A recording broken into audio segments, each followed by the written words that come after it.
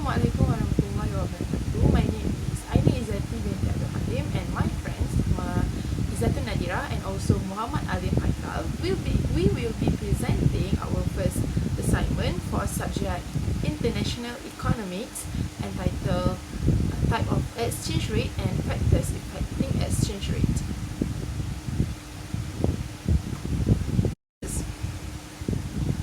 For our first assignment, we had chosen an assignment entitled Types of Exchange Rates and Factors Affecting Exchange Rates.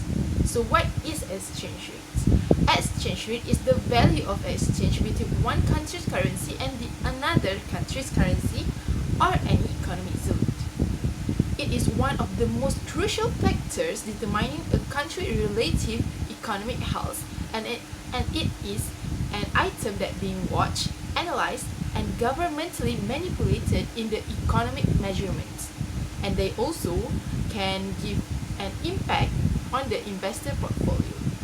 A higher exchange rate is likely to worsen a country's trade balance, while a lower exchange rate is likely to improve it.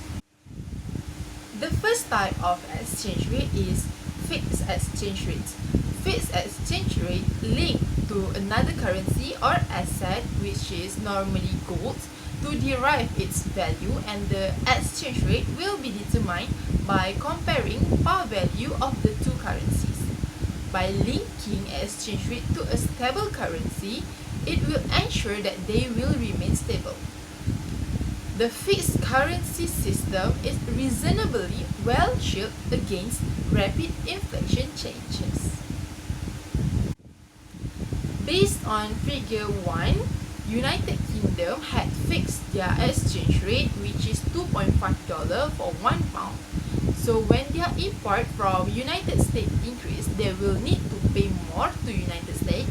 So supply for pound will be increased, and the supply curve for pound will shift from S0 to S1, and the demand for dollar will be increased too. The equilibrium point will remain unchanged because of the exchange rate is fixed. So in order to make the equilibrium remain unchanged, United Kingdom will purchase the excess supply by demand for bond. So the demand curve will shift to the right from D0 to D1. Otherwise, if there is an excess, there will be a reserve to top up the shortage in order for the equilibrium point remain unchanged. The second type of exchange rate is the floating exchange rate. In this type, the market force of demand and supply influence the rate of currency. Unlike the fixed exchange rate, they don't have any underlying value and there is no government intervention. The central bank of the country may interfere in economically extreme situations such as the recession to stabilize the currency. They may buy or sell an amount of currency to prevent the rates from going haywire, and this phenomena is known as managed float. Based on figure 2, the equilibrium point is shown by the intersection of demand and supply at point E. The change in demand and supply will also change the exchange rate. If the demand increases, then the exchange rate will also increase, while if the demand decreases, then the exchange rate will also decrease. My name is Izzatun Nadira binti Khairul Anwar from BA2503B. So let's continue with the type of exchange rate, which is managed floating exchange rate. Managed floating exchange rate is combination of fixed and floating exchange rate. The government is responsible to stabilize the exchange rate in short run to smooth out fluctuation. How they manage this? They manage this between the dotted line, which is that you can see in the slide. When exchange rate is exceed the dotted line, the government will take action. But if within the dotted line, the government will not take any action. They just monitor it. They allow exchange rate for change, but within the dotted line only. only allow the market force to determine the exchange rates in long run. Next is the factor that affect exchange rates. There are three factors that affect exchange rate, which is first is relative interest rate, second is relative inflation rate, and third is expected change in exchange rate. For the first factor is relative interest rate. Relative interest rate is comparison between nominal interest rate and countries. If nominal interest rate is increased, the rate of return on asset also will increase. When the rate of return on asset is increased, the country can demand on the asset because they can get more profit. For example, in this factor, there are two countries, which is United States (US) and United Kingdom (UK). If exchange rate in UK is higher than exchange rate in US, the demand for pound will increase, and it means that US investor will invest more pound by buying more asset in UK. But UK investor will not invest in US, and they will not buy US currency. So the supply of pound will decrease because demand for dollar is decreased. It is because UK investor found that investment in US is not profitable, and because of that they will not demand for dollar. So when demand for dollar decrease, the supply of pound also will decrease. So the supply curve will shift to the left. In that you can see in the slide, SO move to the S1.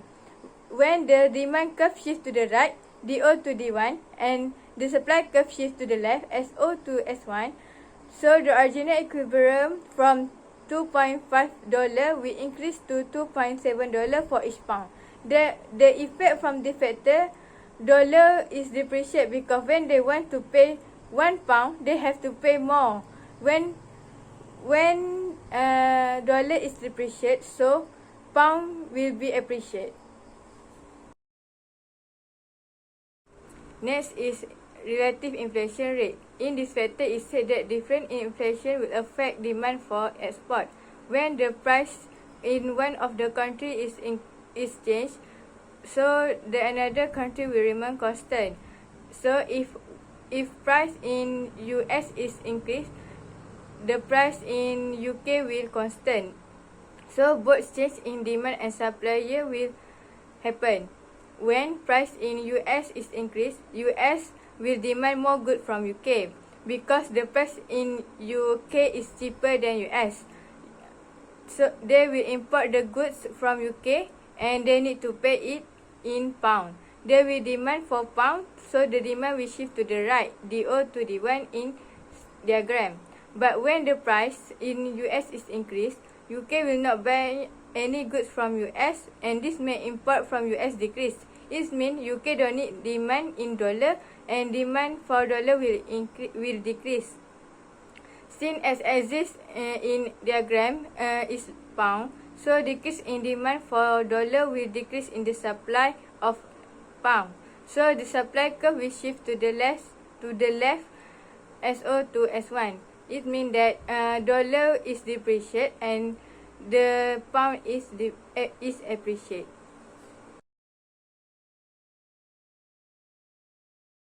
So, Assalamualaikum and hi, my name is Mama Alifaika bin Mama Atta.